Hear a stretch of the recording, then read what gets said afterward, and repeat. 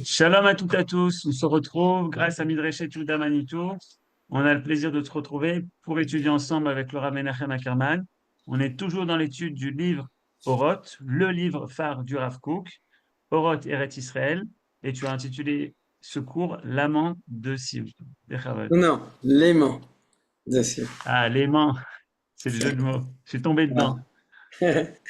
לא נורא, הכל בסדר. יופי. אז שלום עושים מנחם,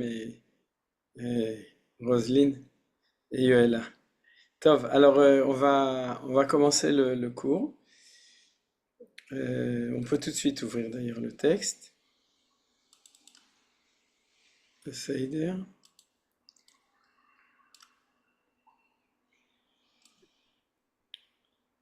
Le Seider. Donc c'est parti.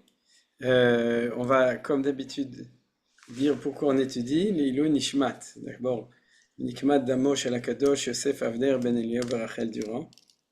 ולניצחון צבאנו צבא הגנה לישראל נגד אויבינו ולשמירה על כל חיילינו מכל צרה וצוקה ומכל פגרה ולרפואת הנפש ורפואת הגוף ולכל הפצועים ולכל הנפגעים במלחמה זו לפדיון כל החטופים והשבויים בעזה ברחמים גדולים ולשמירה עליהם ולנקמת דמם של כל החיילים הגיבורים שנפלו במלחמתנו ושל כל הנרצחים השם ייקום דמם כי אתה אדוני אלוהים עמנו במלחמותינו, להושיע אותנו ולהחיש גאולתנו, כמו שכתבת בתורתך, כי אדוני אלוהיכם, ההולך עמכם להילחם לכם עם אויביכם, להושיע אתכם ונאמר אמן.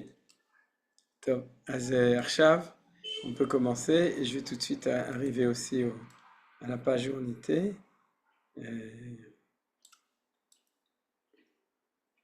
Voilà, on était par ici.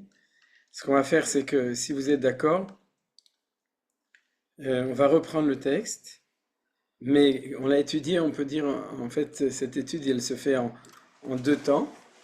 Je parle de ce passage, le passage Piska Sheva, et la semaine dernière, on a étudié le Pshat, et maintenant, on va étudier un texte du Maharal, c'est-à-dire c'est un tout petit peu original. On va étudier un texte, non pas du Rav Kook, mais du Maharal, qui est tellement extraordinaire et qui est tellement fondamental, qui va nous permettre, en fin de compte, de mieux comprendre le texte de Rav Kook de toute façon. Et puis, une fois n'est pas coutume, c'est l'occasion d'étudier un très beau texte du Maharal de Prague. Le seul problème, c'est que les textes du Maharal de Prague n'ont pas été traduits en français. Donc, ils ne sont même pas ponctués en hébreu. Donc, on est obligé de les étudier en ivrite, non ponctués, de lire et de traduire. Az Bezrat Hashem, comme je vois que Kulchem Chachamim, Kulchem Nevonim, Kulchem Yedim et Torah, donc ça ira, on va se débrouiller, on va s'en sortir. Alors, je reprends le texte en vitesse pour le relire et je vais poser les questions donc, ou les remarques qui sont essentielles pour pouvoir mieux comprendre le lien avec ce qu'on va étudier dans le Maharal.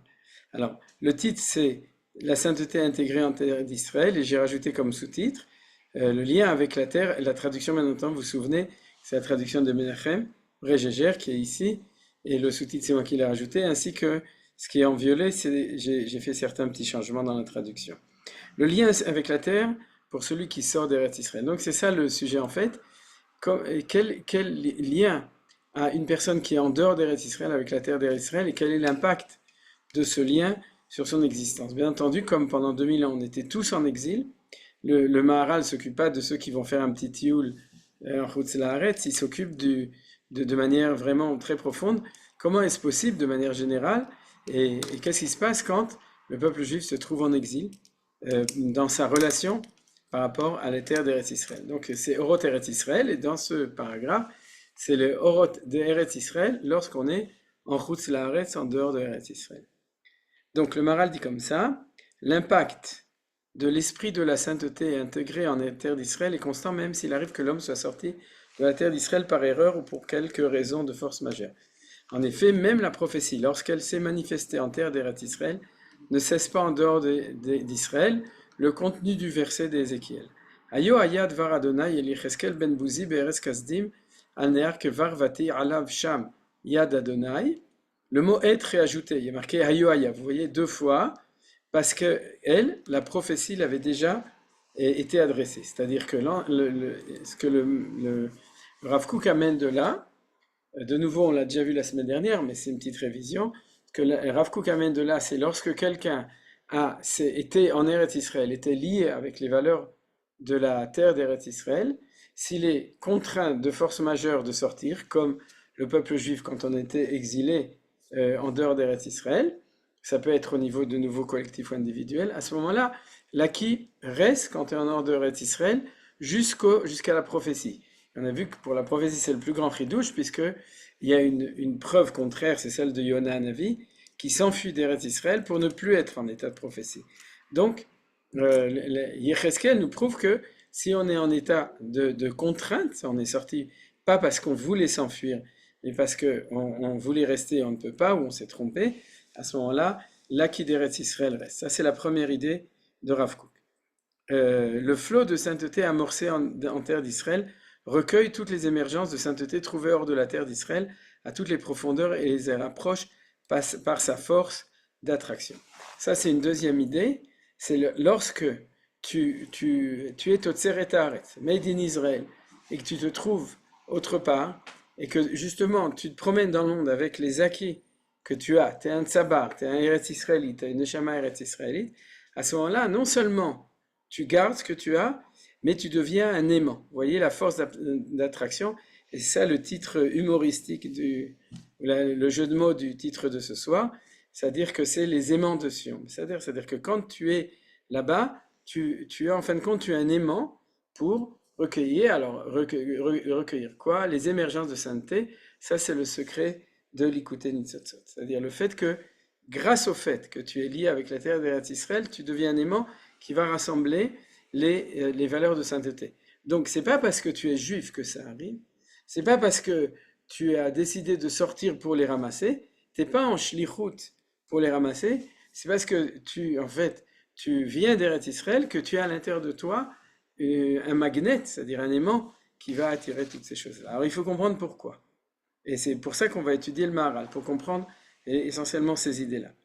Quand l'air ambiant hors de la terre d'Israël devient de plus en plus insupportable, quand on ressent de plus en plus l'esprit d'impureté d'une terre impure, c'est le signe d'une intégration plus profonde de la sainteté de la terre d'Israël, le signe que la bonté suprême n'abandonnera pas l'homme qui a mérité de trouver refuge à l'ombre pure de la terre de vie, même dans son éloignement et dans son errance, même dans son exil et sur la terre de ses pérégrinations.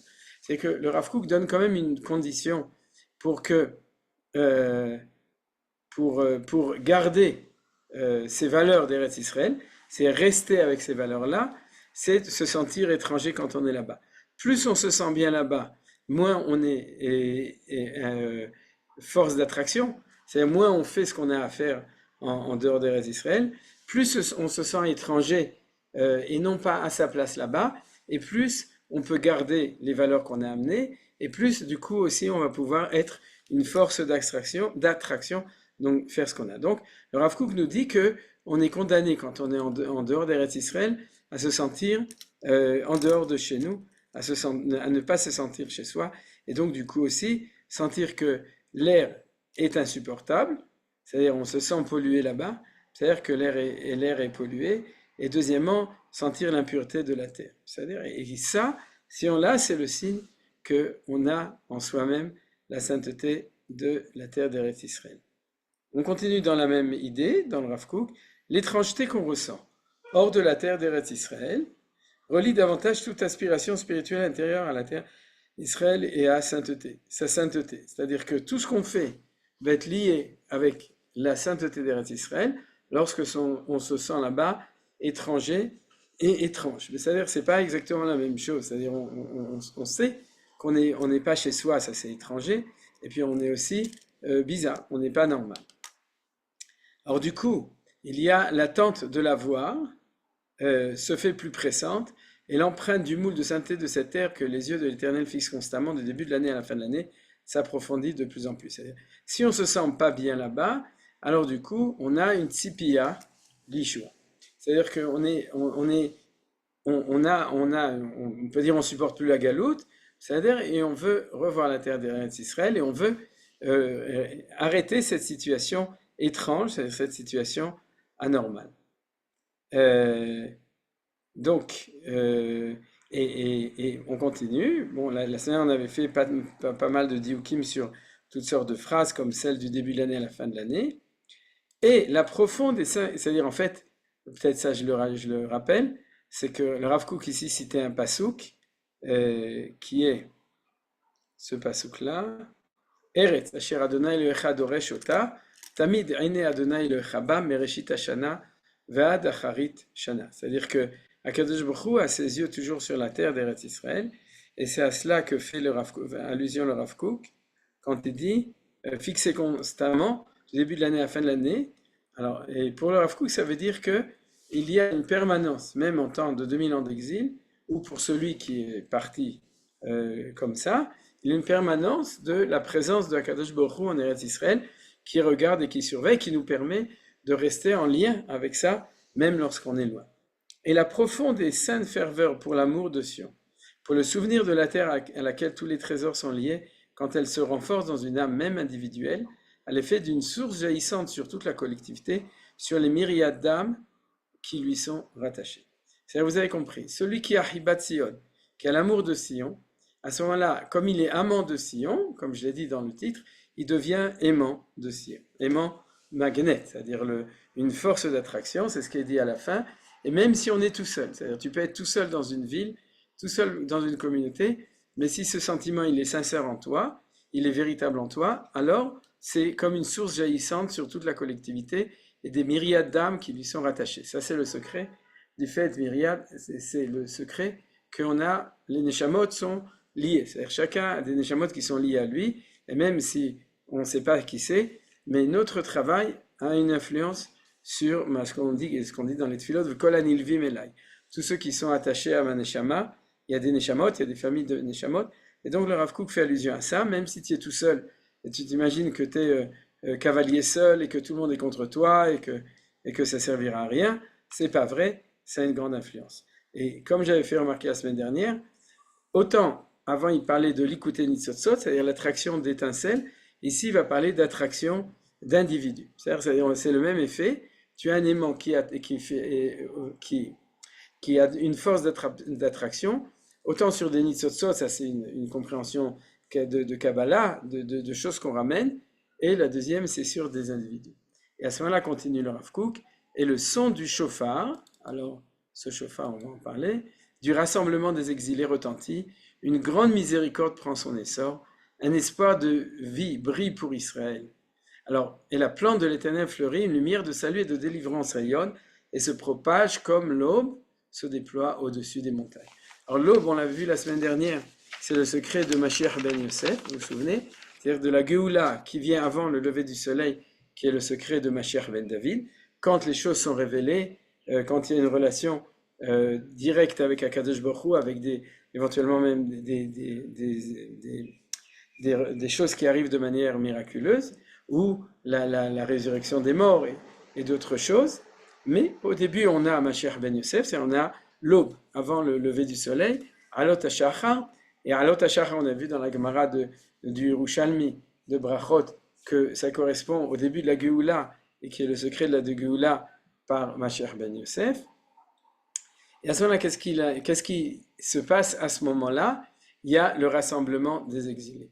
Alors donc, on voit ici que le Rav Kook, dans cette piska, dans ce dernier petit paragraphe, montre que toute son intention était bien entendu de parler de l'individu, puisqu'il a parlé d'une âme même individuelle, mais de l'impact que ça peut avoir, non seulement sur le rassemblement des étincelles, sur l'éveil de la collectivité ou des âmes, mais sur le processus historique global du rassemblement des exilés. Donc on a en fait compte trois phénomènes qui sont du même.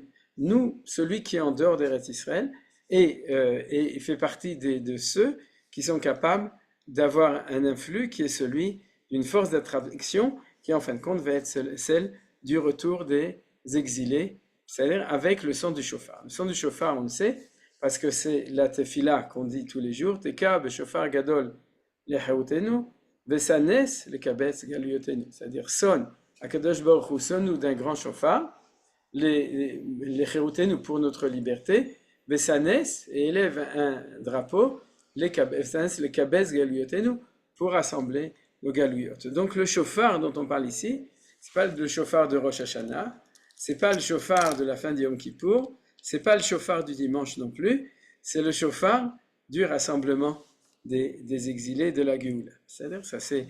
Alors on va voir aussi peut-être Bezrat Hashem cette idée du chauffard. Alors donc, comme je vous ai dit, maintenant on va tout de suite rentrer dans l'étude du Maharal de Prague, que j'ai mis ici.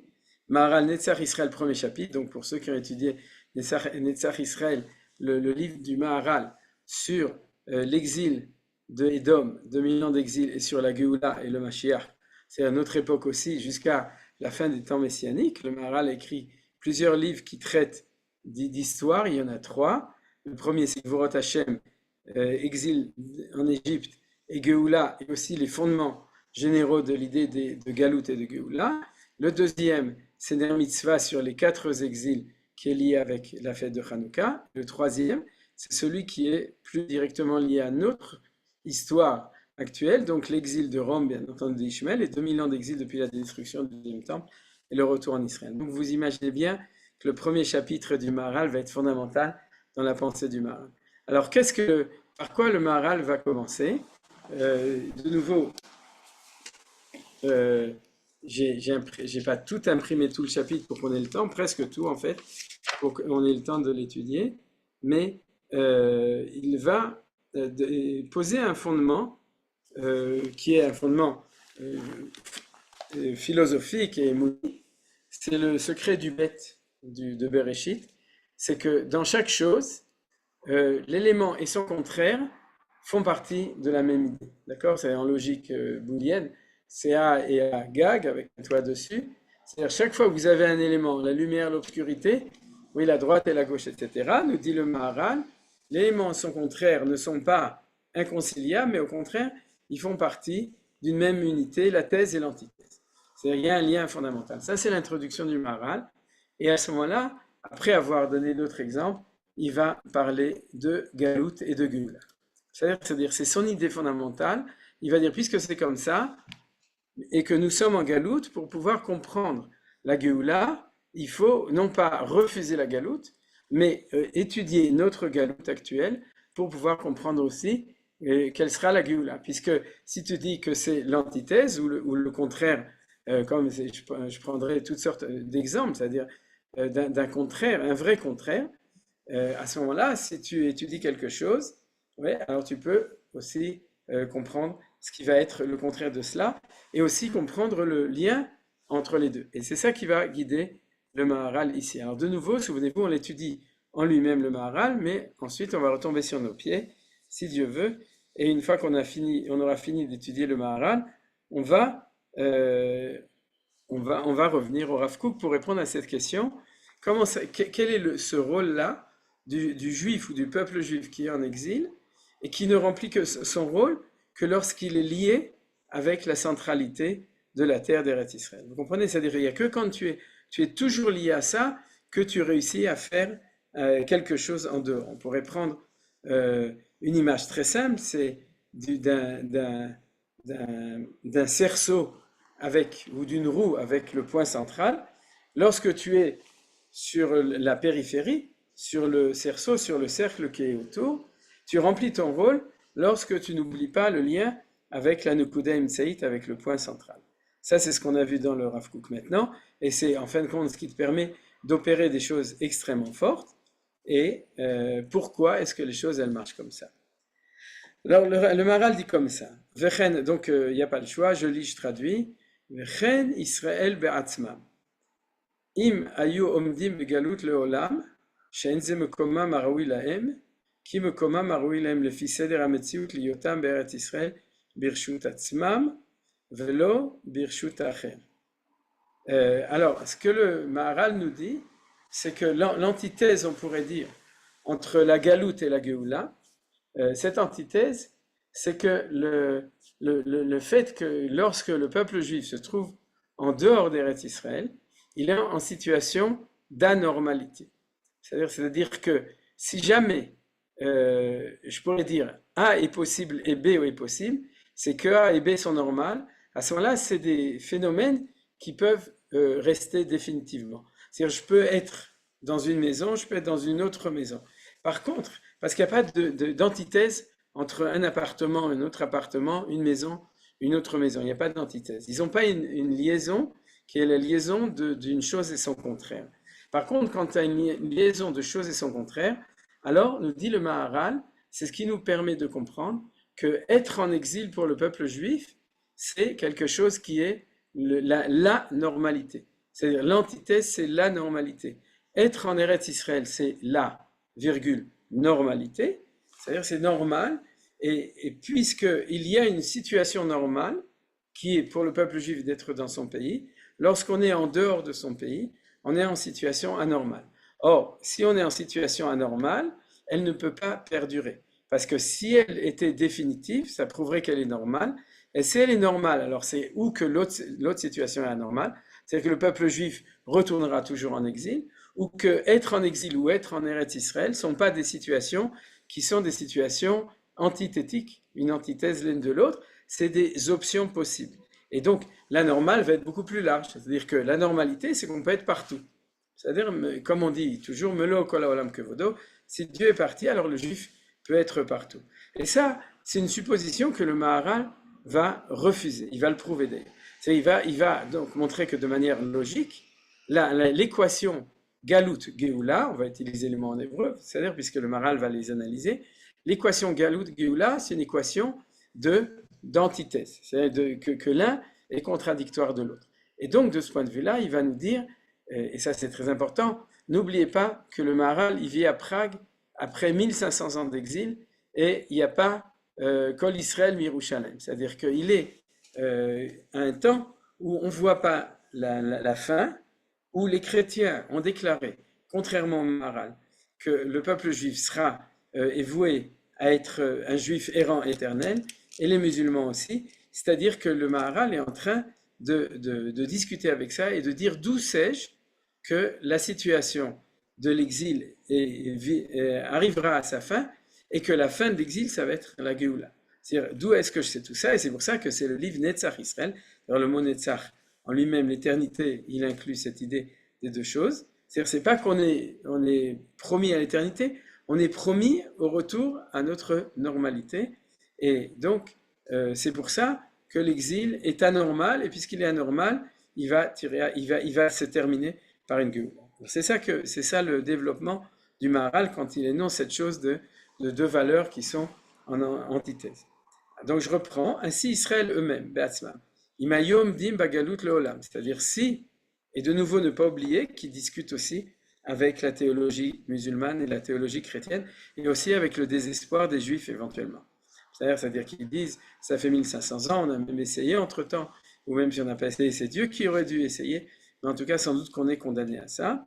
Alors il dit non, si c'était possible, chez Enzemekoma Maroui Lahem, et puisque ce n'est pas leur place, puisque notre place, c'est Eretz Israël, et là-dessus, le Maharal n'a pas besoin de l'exprimer, c'est la Torah est remplie de cette promesse que cette terre nous appartient.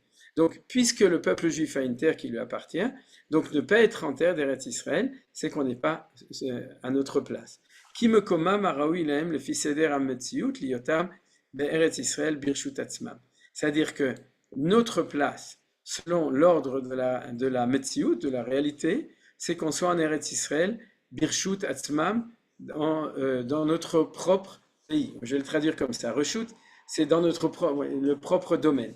Comme Reshut Hayachid, Reshut Arabim, c'est-à-dire d'être chez nous en Eretz Israël. C'est-à-dire il y a deux valeurs, il faut être en Eretz Israël, et puis être en Eretz Israël, d'être chez nous. C'est-à-dire que ça nous appartient. Le Maharal ne parle pas du tout au niveau individuel, il parle au niveau du peuple juif en tant que nation. Il dit que donc, tout ça, c'est une notion de normalité, puisqu'on a un pays comme toutes les nations qui ont un pays, sauf que nous, on a plus de chance, c'est Hachem qui nous l'a promis, et on a un contrat, c'est la Torah Kdosha dans laquelle c'est marqué, et donc, puisque c'est comme ça, c'est notre place. Et si c'est notre place, velo birshut acher, donc la réalité c'est qu'on doit être comme ça, et en galout, on est dans un autre domaine. On est dans le domaine de quelqu'un d'autre. On est dans le lieu, dans le makom, dans l'endroit de quelqu'un d'autre. Alors donc, continue le Maharal. Kumo kol davar vedavar minam nimtzeim ativim yeshlem le kol echad makom bifnei atzmo.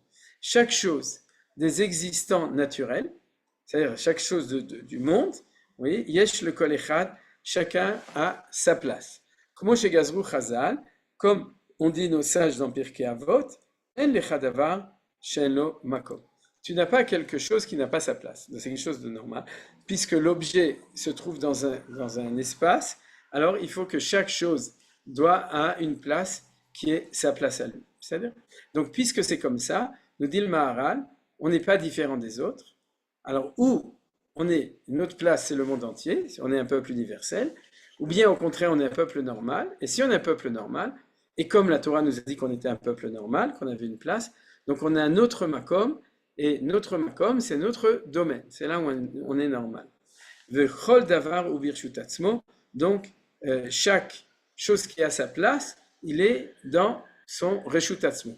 Il y a ici aussi sous-entendu une notion de liberté, c'est-à-dire être birshutatzmo, il y a un double sens.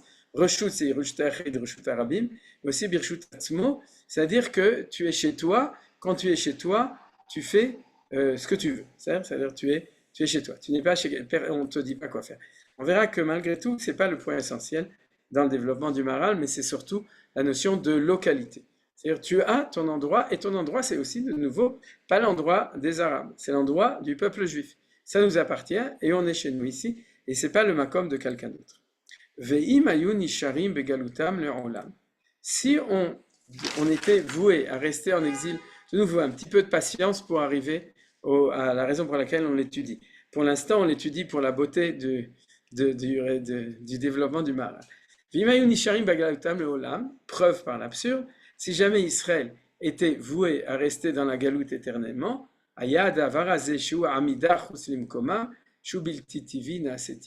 cette chose-là, d'être en dehors de leur lieu, de leur endroit, quelque chose qui n'est pas normal, qui n'est pas naturel, elle deviendrait tivi, ça deviendrait naturel. C'est-à-dire, or, comme nous savons que ce n'est pas ça notre nature, notre être par définition, donc ça ne peut pas perdurer. C'est-à-dire, toute situation anormale ne peut pas durer éternellement. Et si elle dure éternellement, c'est qu'elle est normale et il faut recommencer la définition des choses. Il faut donner une nouvelle définition de la normalité.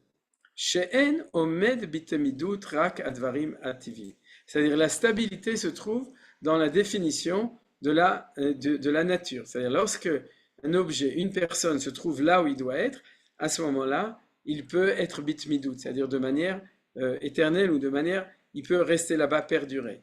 Qui a teva chez Nathan Hashem idbarach le kol davar bedavar, mais qui moto achum kuyam omed tamid. C'est-à-dire lorsqu'il est en situation de normalité, à ce moment-là, il peut rester tout le temps. Vous vous souvenez qu'il y a marqué le ma'an irbu yimechem vibmenechem à la dama asher nishba Hashem lavotechem alatetlem. C'est-à-dire que dans le chemin lui-même, on dit afin que vous perduriez sur la terre que Hachem vous a promis. Donc il dit la possibilité de rester, c'est uniquement si tu es à ta place. Ve'im adavar abilti tivi kayam tamid gamken. N'oubliez pas que le Maharal est très philosophique, donc quand il fait une définition, il reprend pour être sûr qu'on a bien compris et pour ajouter chaque fois un petit élément. Si la chose qui n'est pas naturelle, bilti tivi kayam tamid gamken, perdure éternellement, Avkieno keseder ou keteva metziut, bien qu'il ne soit pas selon la nature et l'ordre de la réalité, aya tevaou davar mutar ou batel gamre le lot sorer davar zelo itachen. Ça annulerait la définition de la nature de la chose qui était précédemment, c'est-à-dire par exemple dans ce cas-là le fait que la place du peuple juif c'est en Eretz Israël. C'est-à-dire tu peux pas en même temps dire que la place du peuple juif est en Eretz Israël et que on est bien en dehors de Eretz Israël. C'est impossible. C'est-à-dire qu'on est aussi à notre place. Si tu définis à ce moment-là, tu es obligé de donner une nouvelle équation, c'est être en dehors d'Eretz Israël, c'est être anormal. C'est-à-dire être dans une situation anormale. Et c'est pour ça qu'il dit que sinon, c'est une contradiction logique. V'davar zelo itachen, c'est quelque chose d'impossible. Deuxième élément, le premier, c'est le fait d'être en dehors de son pays. En fait, le Maharal, je vous le dis tout de suite, il va donner 3 éléments d'anormalité de l'identité du peuple juif quand on est en exil. Le premier, c'est d'être étranger, c'est-à-dire en dehors de son pays. Le deuxième, qui n'a pas eu lieu dans le premier et deuxième exil, c'est d'être dispersé. La notion du piso. Et c'est important de remarquer, c'est-à-dire tu peux très bien être en exil, mais tous les juifs en Égypte, ou tous les juifs en Babylone. dans notre exil de 2000 ans, on a un deuxième élément, c'est le piso. Et le Maharal va de nouveau nous dire, cet élément aussi, il n'est pas normal, il n'est pas naturel, et donc puisqu'il n'est pas naturel, il va finir par, par disparaître. C'est on va plus être mefouza, on va être rassemblé. C'est la deuxième chose. Rassembler, ça veut dire rassembler d'une dispersion. C'est ce que j'ai dit dans le cours d'avant, ce qu'on appelle la diaspora. C'est-à-dire, on parle, il y a une notion d'exil, c'est être en dehors de chez soi, et de diaspora, c'est-à-dire d'être explosé dans tous les pays du monde. Alors il dit aussi ça, c'est aussi quelque chose de pas normal. Et ça, c'est pas normal parce que c'est l'étranger. Ça, on l'a déjà prouvé. Mais c'est pas normal pour le peuple juif d'être mefouza. Ça, c'est lié avec la notion d'unité dont on a parlé dans le shiur de Yom Sheni. Ukmo shechozer kol davar vedavar el mekomo. Donc il nous dit, si chaque chose doit revenir à sa place, car chozrim achalakim hamefuzarim vanifradim liot klal echad, alors ça veut dire que les différentes parcelles qui sont dispersées et qui sont séparées, et là on retrouve dans le Maharal ce verset que j'avais déjà cité de Haman Aracha, Yeshno Amechad, Mefuzar ou Mefurad Ben Ami. C'est-à-dire il y a deux mots, vous voyez, Mefuzar et Mefurad, c'est-à-dire dispersé et aussi séparé. Il y a une notion de, on est séparés les uns des autres parce qu'on est dispersé. Quand on est dispersé, il y a aussi, parce qu'on peut être théoriquement dispersé, mais garder cette homogénéité, on pourrait dire, et il dit non, il y a les deux choses, maintenant, qui chosrim, mais on a une promesse que c'est obligé que ça s'arrête. Pourquoi? Puisque c'est l'antithèse de la normalité. Alors donc, on va redevenir un klal echad, c'est-à-dire une unité. Vous avez compris? Donc c'est une autre idée. C'est qu'il va y avoir non seulement le retour en Israël, mais l'unification du peuple juif. Yeshno Amechad, ça c'est la deuxième notion. Vedavarze me voir le chol adam asher hu ben dat. Donc il dit chaque homme qui a un cerveau dans sa tête, chez Shlomo Habakot Kodo, c'est-à-dire chaque homme qui est barda, c'est-à-dire qui est sensé, alors il doit comprendre cette chose-là. C'est très important. Le Maharal, il est très fort. Il dit, si tu ne comprends pas ce que je te dis, alors ferme le livre et va étudier autre chose, parce que tu n'as pas de sechel, tu n'es pas assez intelligent. Parce que je t'explique des choses fondamentales, mais il faut un petit peu réfléchir pour les comprendre. Kol achalakim inyan echad yeshlem. Parce qu'il dit, l'antithèse de la parcellisation, c'est-à-dire le fait des choses, les parcelles, c'est qu'ils ont quelque chose entre eux. Parce que sinon, ce n'est pas des parcelles, c'est des éléments indépendants. C'est-à-dire, par exemple, si on prend les cellules du corps, c'est évident. C'est-à-dire que s'ils sont dispersés, tant que c'est des cellules du même corps, ils ont en mémoire le fait qu'ils appartiennent à quelque chose d'harmonieux, quelque chose qui s'arrange tout ensemble. Donc, ce n'est pas suffisant de dire qu'on va revenir de Galout. Deuxième chose, on va revenir de Galout et on va être réunis. C'est ce qu'on dit maintenant, c'est-à-dire qu'on s'occupe du Tikkun HaPizur.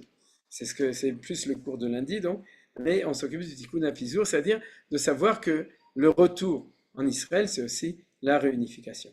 Veimken, lama yechiluk benem velo itachdu me'achar shem davar echad. Si vraiment ils sont une chose, c'est-à-dire si le peuple juif est une chose, donc il y a une promesse que quand on vient en Eretz Israël, ils vont se itachdu, ils vont se réunifier. C'est-à-dire il y aura une itachdout. Velachen, et c'est pourquoi kol pizur omed litkanes yachad, puisqu'on est dans la même démonstration de l'interrelation, de la corrélation des contraires, et des contraires, je dirais, du normal et de l'anormal, c'est-à-dire de la thèse et de l'antithèse, c'est-à-dire l'un c'est la thèse et l'autre c'est l'antithèse, c'est pas deux thèses qui sont toutes les deux vraies, c'est pas de la pluralité, etc. On est vraiment dans une relation des contraires. À ce moment-là, chaque dispersion véritable, c'est-à-dire qu'une vraie dispersion de quelque chose qui était un, va finir par se rassembler en un. Alors ça c'était Kab Shofar Gadol Echemtenu, Vesanes les Kabetz Galuyotenu. C'est-à-dire les Kabetz Galuyotenu, mais Arba Kanfota Aretz Lartzenu. Donc ça c'est cette idée-là, c'est que c'est un drapeau qui va rassembler nos exils de tous les quatre coins de la terre. Ou le Fichar, continue le Maharal, Pizur Israël ben Aumot ou Davar Yotze Minateva. Le fait qu'on est dispersé dans toutes les nations, c'est quelque chose qui sort d'un phénomène normal. on va dire naturel ou normal, ça revient même pour le Maharal. Shemeachar Shem Uma'achat, Raoui Sheyomdim Yachad Liot Echad. Vous voyez? C'est-à-dire, puisque nous sommes une nation, donc c'est normal qu'on soit ensemble pour pouvoir être un. C'est-à-dire que pour pouvoir être un, il faut bien être dans le même pays. Sinon, c'est impossible. Donc, on est obligé de revenir de toutes les galouillottes, pas parce que la Sornout, elle a besoin d'envoyer des shlichim partout, mais parce que le normal, c'est d'être un, et d'être un, c'est de revenir ici. C'est-à-dire que tu verras que toutes les choses naturelles ne sont pas séparées en deux. Ils reviennent, oui, et le chasser le naturel, il revient au galop. Et ici, le galop, c'est que des choses que tu as séparées de manière non naturelle. C'est-à-dire alors ils ne peuvent pas supporter et ils sont tout le temps en obsession de pouvoir se retrouver après. C'est-à-dire, ça, c'est des choses qui sont connues. S'il y a un véritable lien, à ce moment-là, nous dit le Maharal, il y aura toujours à long terme, en tout cas, une volonté de se retrouver, de se réunir. Et si ça ne se fait pas, c'est qu'il y a des forces qui l'empêchent, qui sont plus fortes que la force naturelle. C'est la notion de l'aimant, d'accord? Il y a une aimantation, les deux idées, et si tu fais une contre-force, à ce moment-là, ça ne va pas se passer. Il amène un verset qui n'est pas une preuve, mais une illustration de ça. C'est le verset de Kohelet qui dit que tous les fleuves retournent vers la mer. C'est-à-dire qu'ils sont sortis de la mer par l'évaporation et ils ont une volonté de retourner à leur élément primaire. Parce que fondamentalement, une chose qui est un, pas une chose, mais une chose qui est véritablement un, ne perdure pas dans sa séparation lorsqu'il est séparé. Et puisque la nation d'Israël est une nation une, et qui n'est pas divisée et pas pas donc coupée et divisée encore plus que toutes les autres nations. C'est-à-dire que toutes les nations ont cet élément. C'est le mal du pays. C'est-à-dire que tout être normal, lorsqu'il est vraiment lié, à ce moment-là, il sent qu'il n'est pas chez lui, l'étranger, donc qu'il veut revenir. C'est-à-dire, alors, à Israël, on est encore plus bilti mechulak, de plus les nations. Donc, raoui sheyum mekubatse biyachad. Donc, c'est normal qu'on soit rassemblés à la fin. C'est-à-dire, c'est le contraire de la pesura, vekarev pesurenu, vekabetz nefutzotenu, c'est-à-dire la notion du rassemblement. Ou mezenire. Et c'est pour ça, nous dit le Maharal, que plus la valeur d'unité existe dans une nation, plus l'idée d'être dispersé est pas naturelle. C'est-à-dire que c'est plus naturel une diaspora de Français ou d'Italiens qu'une diaspora hébraïque. Alors, tout le monde se demande alors, pourquoi est-ce que nous, on a été dispersés. Vous comprenez, c'est ça la question. Si c'est tellement normal, pourquoi on n'est pas le seul peuple qui ne sont jamais sortis de notre pays et qui n'avons jamais été dispersés? C'est-à-dire ça, c'est la question que le Maharal ne pose pas ici, mais il va la poser dans la suite du livre. Ve'i efshar lomar, chez davarze ou bishvil ched ve'avon, sauf, davarze ou bilti tivi, dainu apizur l'Israël, via bilti tivi, naase tivi, imiyez elola. Donc le Maharal dit, là il lance une grande bombe, c'est qu'il dit, c'est impossible de dire que la raison pour laquelle on est comme ça, c'est parce qu'on est puni, parce qu'on a fait des fautes. Et pourtant, il sait très bien que quand on commence la prière de Moussaf, on dit Umipne hatainu galinu me'atzenu, et à cause de nos fautes, on est allé en Gaule, oui, au lieu d'être dans notre pays Galinu. C'est-à-dire, on est parti en exil de notre pays, c'est-à-dire Umipne hatainu galinu me'atzenu. Donc il sait très bien qu'on n'arrête pas de dire que c'est parce qu'on a fauté, et les prophètes disent que c'est parce qu'on a fauté. Alors comment tu peux dire que c'est pas parce qu'on a fauté? Alors le Maharal va l'expliquer dans la suite. Pour l'instant, je vais le laisser en point d'interrogation parce qu'il va lui-même nous donner la réponse. C'est-à-dire comment est-ce qu'on va équilibrer le phénomène de l'exil et le fait de dire que c'est quelque chose qui n'est pas définitif et que d'un autre côté, il y a le côté de faute. C'est-à-dire, alors, Velachen, j'ai sauté un tout petit passage. Velachen minagalut nuchal amod ala geula. Donc maintenant, l'idée essentielle que le Maharal va nous dire, c'est ce qu'il est en train de nous dire. Puisque l'un c'est l'antithèse de l'autre, alors nous pouvons, en regardant la galoute, comprendre la Géoula. C'est-à-dire que si je comprends que la galoute, qui est anormale, c'est l'essence d'être en dehors de son pays, donc on va comprendre que la Géoula, c'est de rentrer à la maison. C'est-à-dire, c'est pas la Géoula spirituelle, c'est de rentrer chez soi. Si on comprend que la galoute, c'est d'être dispersé, alors je vais comprendre que la Géoula, c'est d'être rassemblé. Pourquoi le Maharal, c'est essentiel? Parce qu'il n'avait pas d'autre chance. C'est-à-dire que pour lui, il ne pouvait pas faire un cours sur la galoute alors qu'il était en situation de Géoula. Il ne pouvait pas faire un cours sur la dispersion alors qu'il était en situation de rassemblement. Il parlait à des juifs qui vivaient la galoute, il leur dit, tu dis la galoute, c'est fichu, on ne va plus rien faire. Non, apprends de la galoute en tant qu'antithèse, qu'est-ce que va être la thèse elle-même. C'est ça qu'il dit dans cette belle phrase. Alors regardez, une fois que cette idée, le Maharal, a été établie, le Maharal va nous amener un Midrash, parce que c'est la manière du Maharal d'étudier, c'est de donner des grandes idées qui sont profondes au niveau philosophique et aussi spirituel, et ensuite de les établir sur la base des Midrashim. Ça, je pense que tout le monde le sait. Et là, vous allez voir combien du coup un Midrash, qui si on le lisait comme ça, nous paraîtrait un petit peu bizarre, devient extraordinaire. Il y a marqué comme ça. Vayomer, les Avram, de nouveau pour ceux pour qui l'hébreu c'est un peu difficile, là vous pouvez lire en français, c'est les vacances. Vayomer l'Avram, Yado Ateda, qui guerrier d'Archaber Solaim, Vavanum, Veidu Otam, Arbameot Shana. C'est l'alliance Ben Aptarim d'entre les morceaux, dans lequel Hachem annonce à Avram l'exil d'Égypte et ensuite la Géoula. C'est-à-dire qu'il viendra après, Ken Vacheze Yitzu Birchush Gadol, etc., etc. Maintenant, qu'est-ce qui a intéressé le Midrash? C'est que Dieu dit à Avram, Sora, sache, tu sauras. Vous voyez, Yadoa, c'est au présent, Teda, c'est au futur. Et pourquoi Hachem lui dit, quand il lui annonce ça, il lui dit Yadoa Teda. Vous vous souvenez qu'on avait déjà vu Ayoaya, c'est-à-dire chez Yecheskel. C'est intéressant qu'il y a le même genre de redondance, et dans le verset de Yecheskel, et ici. Mais en tout cas, alors, qu'est-ce que vont dire les Chachamim sur ce Yadoa Teda? Alors, maintenant, c'est fini les vacances, on retourne à l'hébreu, et le Midrash dit comme ça. Yadoa shani mefazram, teda shani mekaptsam. Yadoa shani meshkenam, teda shani porkan. Yadoa shani mesha'abdam, teda shani goalam adkan. Donc vous voyez, c'est un très beau Midrash, puisque c'est un Midrash poétique, et qui reprend ce Yadoa teda sur trois choses. Sache que je vais les disperser, tu sauras que je vais les rassembler. C'est-à-dire, vous voyez, donc en fait, il a tout à fait raison, le Midrash. Il a remarqué qu'il y a un Yado Ateda, donc il dit l'un c'est sur la galoute et l'autre c'est sur la Géoula.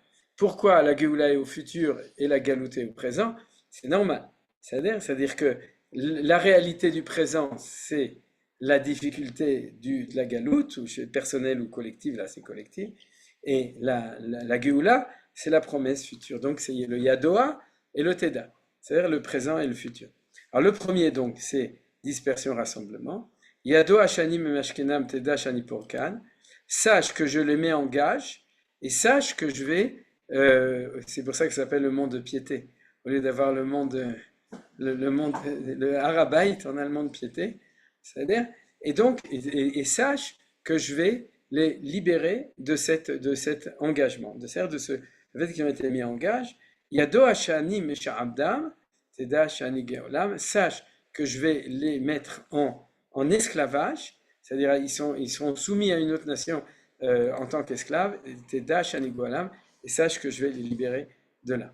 Alors, ce que va faire le Maharal extraordinaire, c'est qu'il va donc décortiquer la notion de galout et geoula en trois éléments.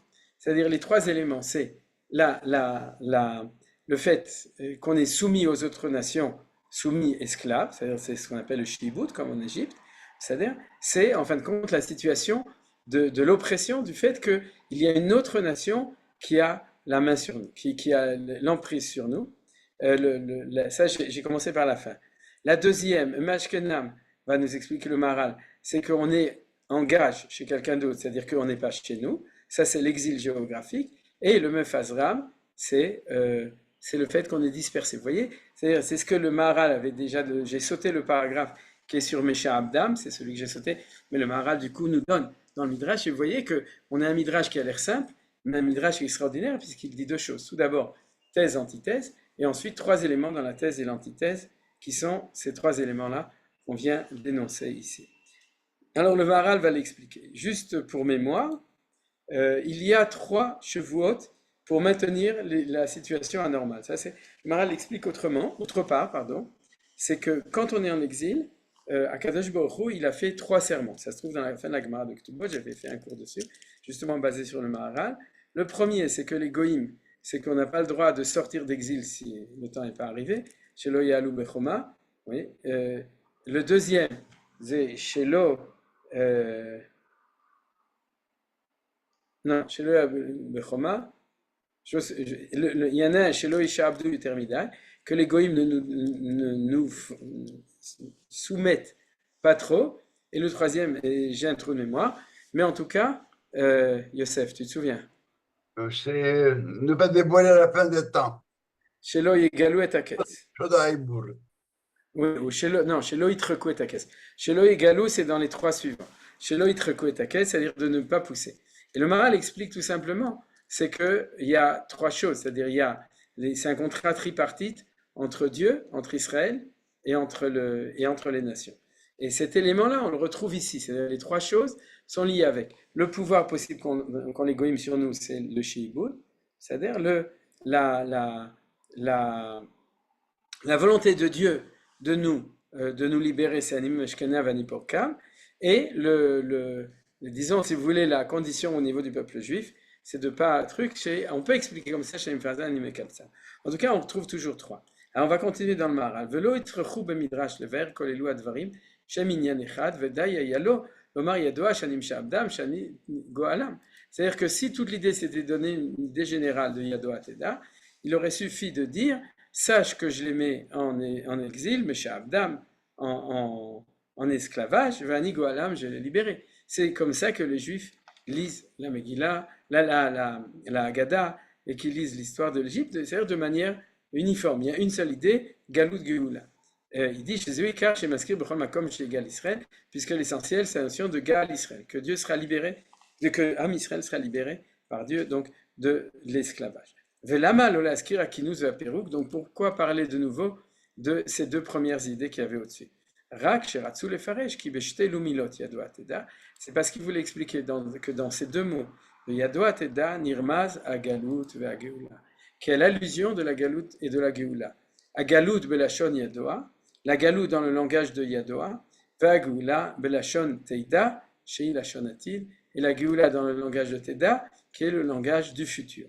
Lomar, et pourquoi est-ce que le Midrash a vu dans la Torah ce que Hachem avait dit à Abraham? Parce qu'il ne veut pas oublier. On se trompe souvent, on croit que le Midrash, c'est ce que les Chachamim ont envie de te dire et qui n'est pas marqué dans la Torah. Non. Vous savez, je vous l'ai déjà dit, le mot l'hydroche, c'est extraire. Ouais, l'hydroche, c'est exiger du texte qu'il avait à dire, mais qu'on ne voit pas avec nos lunettes à nous. C'est-à-dire que les Chachamim vont extraire. Donc, c'est ça qu'ils ont réussi à voir dedans. C'est qu'ils ont réussi à montrer l'endroit dans la Torah où Dieu a dit à Abraham, sache que Galout et Géoula sont des antithèses obligatoires. C'est-à-dire, et c'est pour ça qu'il y a marqué Yadoa Teda. Veratza Lomar, Mina Galout Teda a Géoula Latit. Vous voyez, c'est les mots que de la Galout, je vais pouvoir comprendre la Géoula, et pour nous, on a même le rôle éventuel de faire du vice-versa. Alors, j'ai mis des titres au moins pour reprendre. Il va donc reprendre les trois notions essentielles de cette dialectique, d'accord, dialectique d'antithèse. C'est-à-dire, c'est la dialectique du Yadoa Teda. Kmo shepirshu Yadoa shani mefarsem Teda shani mechansam. Qui a pisou? Parce que la dispersion eno le fils de Rametziut, pour nous dire qu'elle est anormale, la preuve c'est qu'il y a marqué Yadoa Teda. C'est-à-dire, s'il y avait marqué Yadoa, alors tout aurait été normal.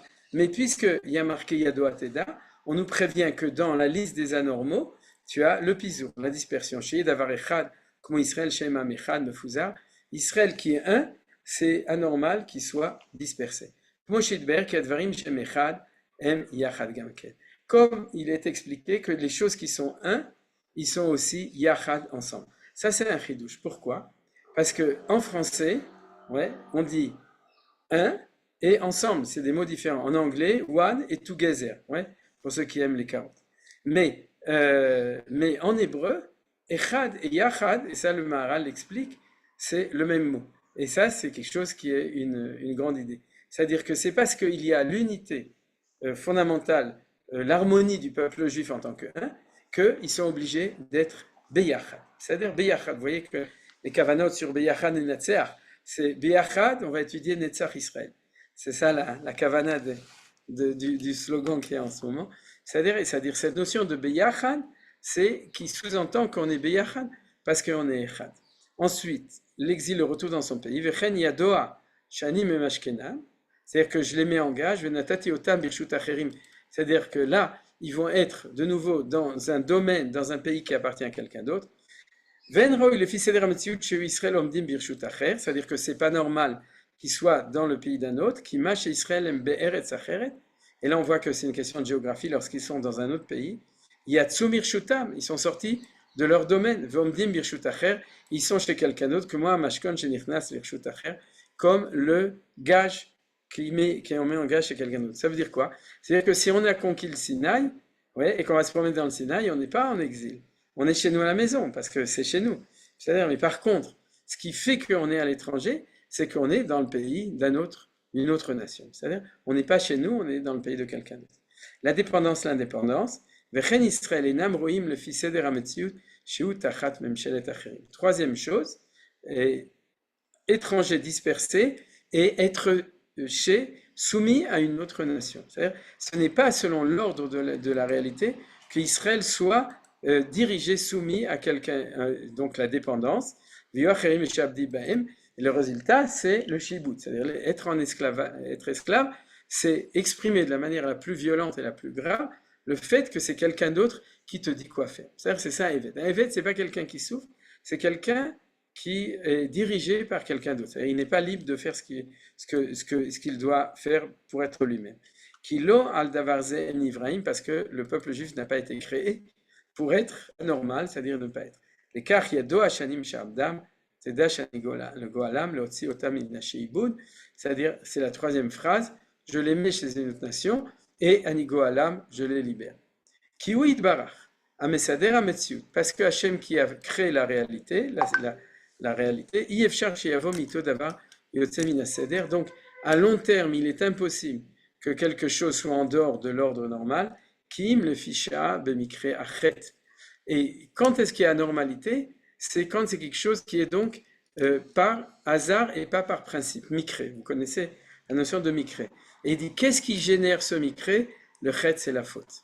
Alors vous avez compris maintenant? C'est-à-dire, on est sorti en exil à cause de la faute, et il n'y a que la faute qui peut faire que ce soit anormal. C'est anormal de faire la faute, et donc on va être en situation d'anormalité. Et c'est pour ça qu'on va répéter qu'on est sorti en exil à cause de notre faute. Parce que contrairement à une conception qui dirait, si c'est à cause de la faute, donc vous êtes maudit éternellement, vous êtes voué à ça, etc., c'est exactement le contraire. Parce que c'est une faute, c'est une anomalie, donc c'est évident que ça va finir. C'est-à-dire l'anomalie permet cette chose, mais elle permet la chose anormale. C'est-à-dire, vous avez compris donc pourquoi on parle de la faute, mais en fait, paradoxalement, quand on dit qu'on est sorti parce qu'on est en faute, donc une conduite anormale amène une situation anormale, et comme les situations anormales finissent par s'arrêter, donc c'est clair que à cause de ça, ce sera. Par contre, si tu décides de relocation et que tu t'installes sans faute, c'est qu'à ce moment-là, ça prouve que l'autre endroit était aussi ta place. C'est-à-dire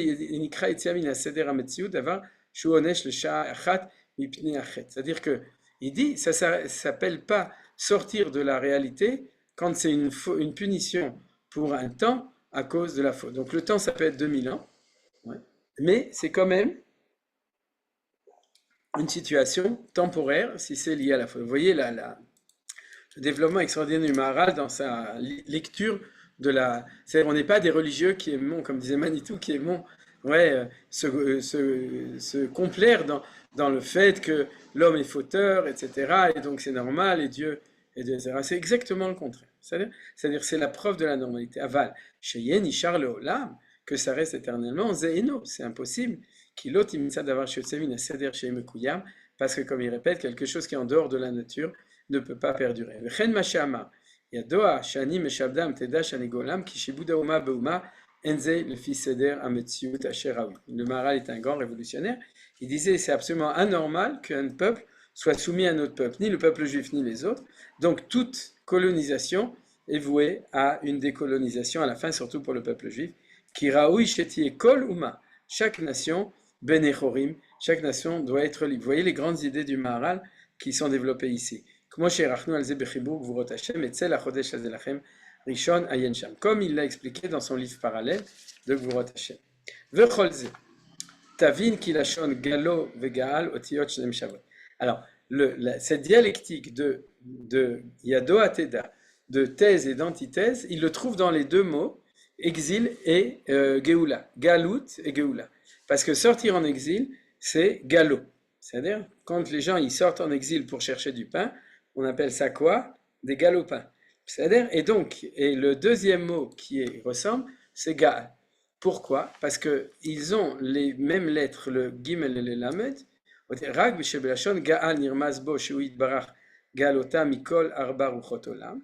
Sauf que dans le mot gaal, il y a l'allusion au fait que Dieu va nous libérer des quatre coins de la terre. C'est-à-dire dans le mot gaal.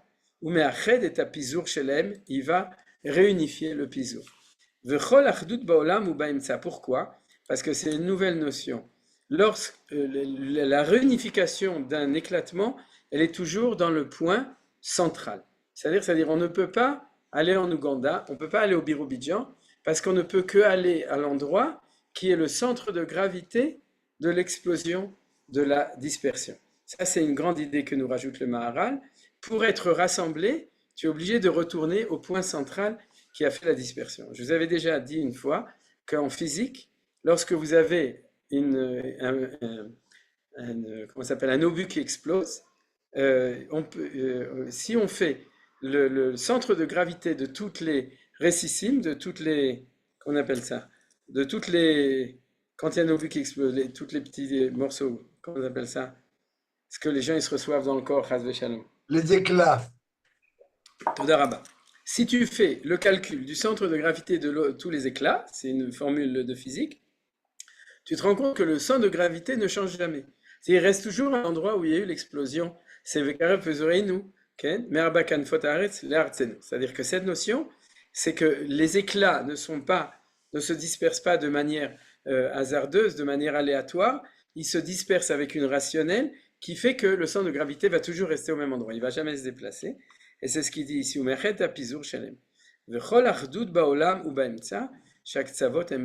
pourquoi? Parce que les extrêmes sont la division, mais le centre est echad. De nouveau, il y a ensemble, au centre, et c'est les mêmes notions. C'est-à-dire le peuple juif a un centre. D'ailleurs, le monde entier a un centre, puisque la dérive des continents, il part de Jérusalem. C'est pour ça que le Aleph,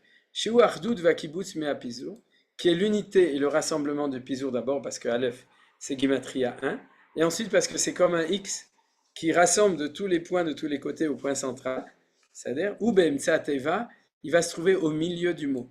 C'est-à-dire que le mot Gaal, il va avoir le Aleph qui est le secret du rassemblement, qui est au milieu, alors que le Hey, il va être à la fin du mot.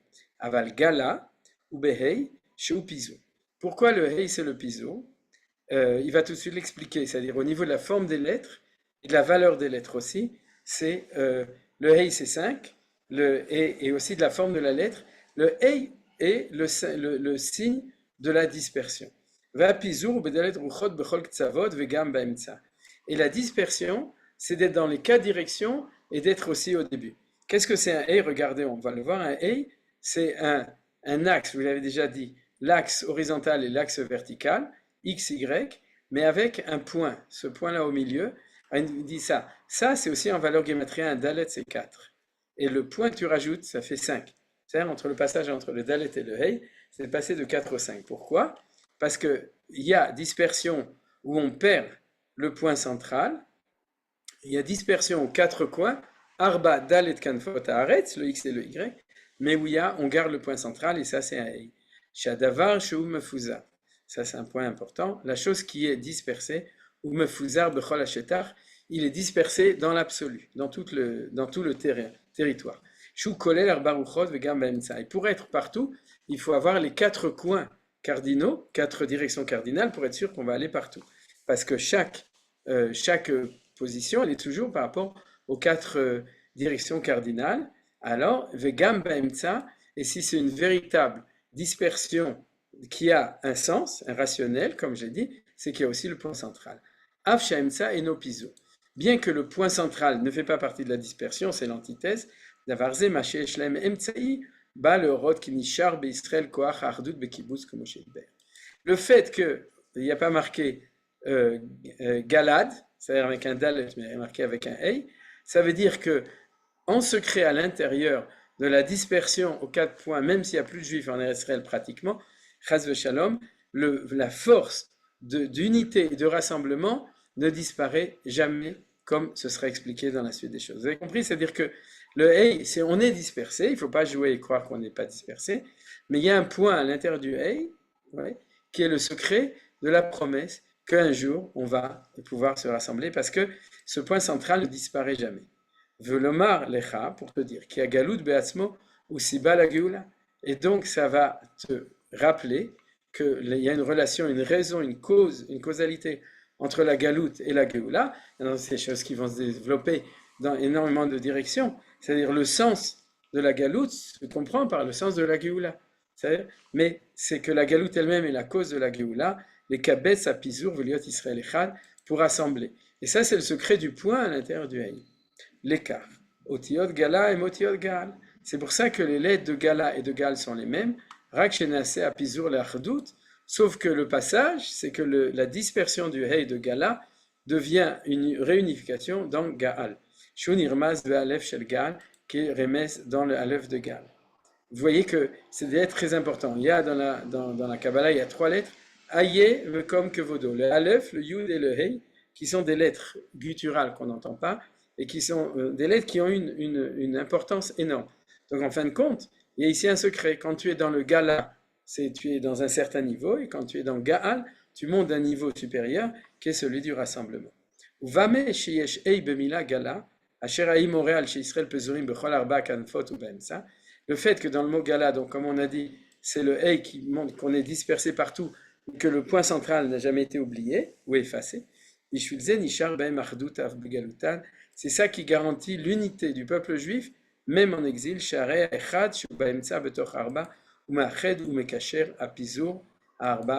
Parce que ce point-là, ce 1 qui est au milieu des quatre directions, donc, il n'y a pas de sud-est-ouest, il y a sud-est-ouest-ouest et point central au milieu, c'est-à-dire, alors c'est lui qui fait l'unité et qui relie la dispersion de partout. Qui le olam, parce que toujours, Aimtsaï, Meached ou Mekacher Akol. C'est ce que je vous ai dit au début à propos de la roue avec le cercle et le point. Il y a toujours un point central, le Kudat Sion, un point central qui est lui qui unit tout. Davar Zemore, qui a d'ailleurs Yeshkoach Ardout Israël Begalitan, et ça c'est l'espoir qu'Israël a une force d'Ardout dans leur galout. Velon Echleku les Gamré ne sont pas complètement divisés. Bishvil Koach Ardout Ze, Nishar Etzlam, Shenishar Itachduot. Et ce point, c'est la garantie que c'est anormal d'être en dispersion et donc on va être rassemblés. Si chas v'shalom on effaçait ce point et qu'on était dans le dalet, à ce moment-là, il y a une division définitive, et on n'aurait pas eu la force de revenir et de se réunifier. Mais maintenant, ils vont se rassembler par la force de ce point. Vous voyez qu'il y a ici des grands secrets, et le cours d'aujourd'hui est terminé. Bezrat Hashem, comme je vous ai dit, on a appris aujourd'hui quelque chose. On a appris quelque chose de très grand. C'est qu'il n'y a pas on pourrait dire de symétrie ou d'équivalence. Il n'y a pas d'équivalence entre la situation de Galout et la situation de Géoula. Il y a une complémentarité, mais pas d'équivalence. C'est pas t'es là ou t'es là, tout est bien, tout le monde est beau, tout le monde est gentil. C'est qu'au contraire, il y a une antithèse, mais une relation très profonde entre les choses. Et c'est en fin de compte, grâce à ce texte, que la semaine prochaine, si Dieu veut, je peux fermer le stop share, puisqu'il est déjà tard, c'est grâce à ce texte qu'on a vu aujourd'hui, que la semaine prochaine, je pensais qu'on aurait le temps aujourd'hui, bon, mais c'était un petit peu, c'était tic-vague de l'âme, parce qu'étudier un texte comme ça du Maharal, c'est-à-dire, mais qui est magnifique, qui établit quelque chose d'essentiel, c'est anormal dans les 3 dimensions d'être en exil, c'est normal dans ces 3 dimensions d'être en Eretz Israël, et l'anormal est obligé de se terminer, et on a une promesse, et souvenez-vous, de nos jours, on est en train de la réaliser, et donc elle ne va pas s'arrêter, parce que c'est une promesse que ça doit se réaliser, puisque c'est toujours en fin de compte la normalité qui finit par se révéler. Et cette relation-là, c'est la tension entre Galout et Géoula, avec le Hey, avec le Aleph, etc., qui va expliquer, qu'on verra la semaine prochaine, qui va expliquer les 3 choses qu'ont dit le Rav Kook à propos de celui qui a un rôle à remplir lorsqu'il est en dehors d'Eretz Israël, dans cette. En fait, qu'est-ce qu'il fait? Il est lui, celui qui est le moteur de cette force d'attraction qui ramène, en fin de compte, au point central, à la Nukuda, Pnimit, Merkazit de Eretz Israël. Si vous avez des questions, Besimcha Rabba. Et sinon, eh ben, Shabbat Shalom. Les deux lettres que vous avez mis là, vous Ouais. avez mis Hey et Aleph. Et entre les deux, il y a un petit Yud qui est tombé et c'est la femme. Pourquoi? Où C'est est-ce qu'il est très tombé? important. C'est le Yud qui est vraiment féminin, non, vraiment. L'élément féminin de toute cette histoire. C'est pas sûr. Normalement, l'élément féminin, c'est le Hey. Puisque Ish, c'est un Yud et Isha, c'est un Hey. Moi, je m'en fiche, vous m'avez mis le He et vous m'avez mis le Aleph. Oui, Il me mais manquait le le Yud. Hey, c'est le côté féminin, le Yud, c'est le côté masculin, et le côté Aleph, c'est celui qui les lie tous les deux. Ah bon? Ouais. C'est-à-dire- Bon, mais ça, c'est un Merci. petit peu plus haut. Mais disons, de Merci. manière générale, le côté féminin, tu y tiens, Annette, tu as raison, il est là. Il est Non, dans non, le gars. je crois que le monde tient par les femmes, parce que sans nous, ben, il n'y aurait pas de monde, c'est sûr. Ça, non, Non, mais c'est le Hey. bli dira, Non, non, mais on est bli d'accord. dira. Mais il tient aussi avec les hommes, parce que sans les hommes, même les femmes, il n'y aurait pas de monde non plus. C'est-à-dire, il faut pas. Alors, vous ne D'accord, connaissez pas l'IVF? Vous ne connaissez pas l'IVF, vous? c'est quoi IVF? Je connais Ivy, je vis. C'est-à-dire, mais Ivy in France. Donc, le, Non, non, le- mais c'était très bien votre Aleph le- et Aleph et vraiment, c'est très, très beau. ouais, Mais oui, il faut c'est le évident Maharal. que... C'est-à-dire. Il a fait Besséder. Mais juste pour établir le fait, c'est que enfin, les kabbalistes, ils le disent. C'est que si tu veux prendre quelque chose qui est masculin et le mettre en féminin, tu les mets à Hey à la fin. C'est-à-dire que Gadol, Gdola, c'est-à-dire Yafé, non, Yafé ça marche pas, mais c'est-à-dire un mot qui n'a pas de Hey à la fin, c'est-à-dire, et donc ça prouve que le Hey c'est par essence le féminin. Tof. Encore une question, Romain?